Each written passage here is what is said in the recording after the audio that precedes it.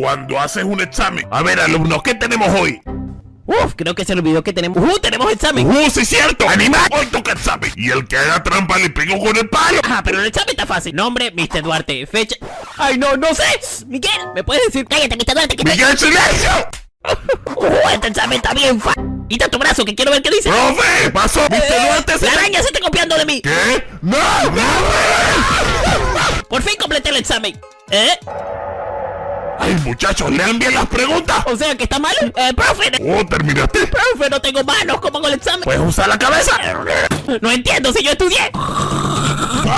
Diosito, si tú quieres, ayúdame a pasar este examen. Escribiste Diosito en toda la respuesta. ¡Reprobado!